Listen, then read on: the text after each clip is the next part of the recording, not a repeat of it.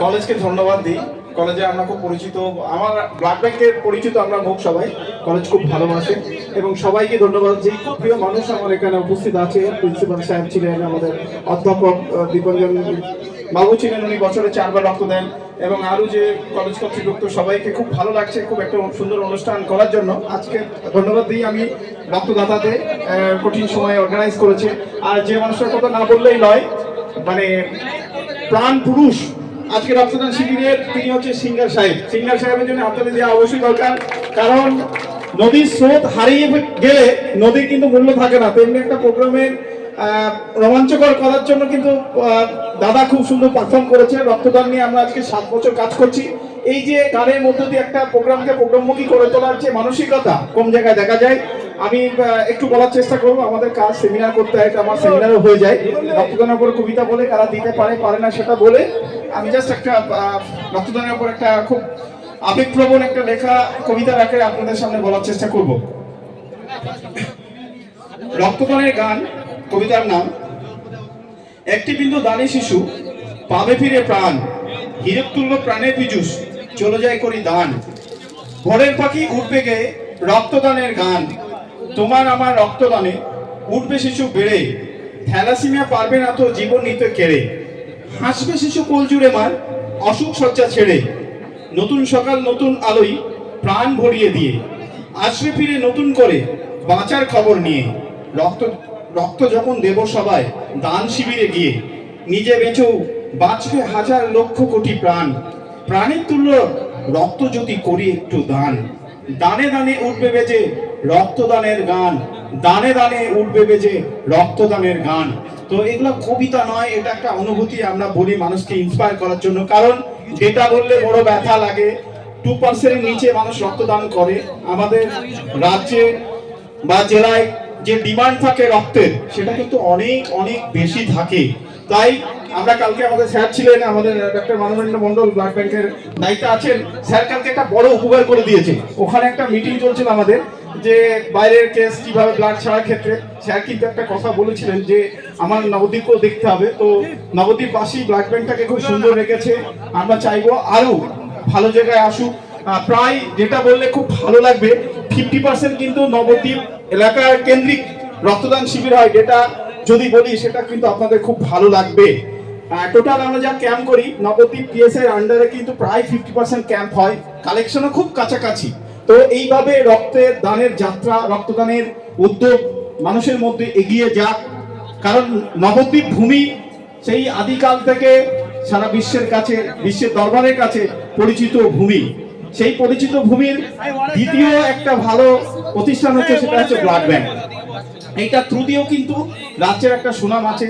অনেক বক্তারা বলছিলেন, সত্যি নবদ্বীপ ব্লাড সেন্টার আমরা কাজ করি বলে নয়, ভালো জায়গায় চলছে। মানুষ এখানে হাট হয়ে ব্যথা নিয়ে বাড়ি ফিরে যায় না, রক্ত নিয়ে বাড়ি ফিরে যায়। সমস্ত ক্রেডিট রক্তদাতা এবং ম্যানেজমেন্টের। রক্ত কারা দিতে পারে আমরা সবাই জানি, 18 থেকে 60 বছর হলে রক্ত দিতে পারে। 45+ ওজন থাকলে, 12.5 হিমোগ্লোবিন থাকলে রক্ত দেওয়া যায়। আর কিছু কিছু ক্ষেত্রে দেওয়া যায় না।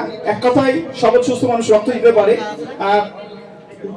ভারী অপারেশনে 1 বছর মধ্যে, ট্যাটু 1 বছর মধ্যে রক্ত দেওয়া যায় না।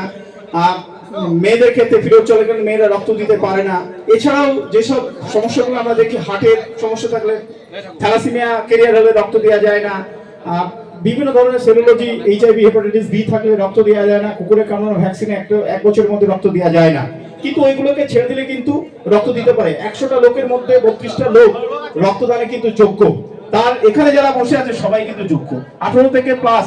কবির ভাষায় একটা কথা যদি আমরা বলি, এদেশের বুকে 18 আসুক নেমে, এদেশের বুকে আসুক নেমে রক্তদানের উৎসব, এদেশের বুকে আসুক নেমে রক্তদানের উৎসব। খুব একটা ভুল কথা বলা হবে না। কলেজকে আমরা কেন টার্গেট করি, এটা আমাদের একটা অর্ডারে আছে, স্কুল কলেজে সেমিনার করতে এই কথাগুলো বলতে হয়। রক্তদানের উপকারিতা একটু বলি, কারণ এটা এখন সব প্রচার হয়ে গেছে। আগের মানুষগুলো সুন্দর বলেছে, অনেক ডাইরেক্টলি এবং ইনডাইরেক্টলি মানুষের উপকার হয়। বিশেষ করে আমি এটা বলতে চাই, কলেজে যারা বসে আছে, এরপর গান শুরু হবে, আপনারা শুনবেন, এটাও আমাদের বার্তাটা সমাজকে দিতে হবে। কারণ আগামীতে যারা এখানে বসে আছে, এই যে বিল্ডিং এ, এই যে এরিয়াতে, আগামী দেশের ভবিষ্যৎ, আগামী দেশের ভালো মন্দ এই স্টুডেন্টদের উপর নির্ভর করবে। তাই রক্তদান করতে হবে, কারণ রোগী প্রচুর বেড়ে গেছে। আমরা গভর্নমেন্ট সেক্টরকে রক্ত দিই 60%, টোটাল প্রাইভেট 33%, থ্যালাসিমিয়ার 10%-এর উপরে রক্ত নেয়। থ্যালাসিমিয়াকে কিন্তু আমাদেরকে বাঁচাতে হবে, সেই মানুষ যাতে ফিরে না যায়, সেই রোগী যেন মুখে হাসি আসে, তার দায়িত্ব কিন্তু স্কুল কলেজে পড়ার যারা স্টুডেন্ট আছে তাদের। কারণ বয়স্ক মানুষ কিন্তু রক্ত দিতে পারে না, বড় ব্যথা লাগে যখন মানুষ আমাদের কাছে আসে। তোমরা মাঝে মাঝে দেখবে স্কুল কলেজের স্টুডেন্ট যারা আছো মাঝে মাঝে ভিজিট করবে ব্লাড ব্যাংক, হসপিটাল বা থ্যালাসেমিয়া ইউনিট। সেই জায়গায় দাঁড়িয়ে যে উত্তরের কথা বলছি, সেরোলজিক্যাল বিভিন্ন টেস্ট হয়ে যায় রক্ত দিলে। HIV, হেপাটাইটিস বি, সি এই রোগের হাত থেকে ম্যালেরিয়া এই রোগ আছে কিনা রক্ত দিলে জানা যায়। যদি হয় তাদেরকে ডাকা হয় এবং কাউন্সিলিং করে জীবনের মূল স্রোতে ফিরিয়ে দেওয়া যায়। ভাবুন তো, হেপাটাইটিস বি, HIV আসতেই পারে, এর জন্য কেউ দায়ী নয়, অজ্ঞতার কারণে আসতে পারে। সেই মানুষগুলোকে আমাদের বাঁচাতে হবে। এবং রক্ত দিলে হার্টের অসুখ হয় না, কোলেস্টেরলের মান এখন দেখবে প্রত্যেকটা মানুষের লিপিড প্রোফাইল এদিক ওদিক আছে, রক্ত দিলে রেগুলার রক্ত দিলে কিছুটা কমে আছে। বিভিন্ন ক্যান্সার ওদের রক্তদান একটা বড় ভূমিকা পালন করে। অন্ত্রের ক্যান্সার, পাকস্থলীর ক্যান্সার, ফুসফুসের ক্যান্সার, এটা আমার কথা নাই, মেডিকেল গাইডলাইনে কথা বলছে, এটা আমাদেরকে বলতে হয়। এবং ক্ষতস্থান তাড়াতাড়ি শুকিয়ে যায়, মানসিক শান্তি পাওয়া যায়, পজিটিভ চিন্তা ভাবনা হয় রক্তদানের মধ্য দিয়ে। নতুন নতুন কোষের উৎপাদনকে উজ্জীবিত করে রক্তদান। তাহলে আপনারা কেন রক্তদান করবেন? আসুন আমরা সবাই একই মঞ্চে এই রক্তদের গানটাকে গাই, মানুষকে বলুন। আগামীতে এখানে যারা মেয়েরা বসে আছে তারা মা হবে, একটা হিউজ সংখ্যক মায়েরা কিন্তু রক্ত নেয় ব্লাড সেন্টার থেকে।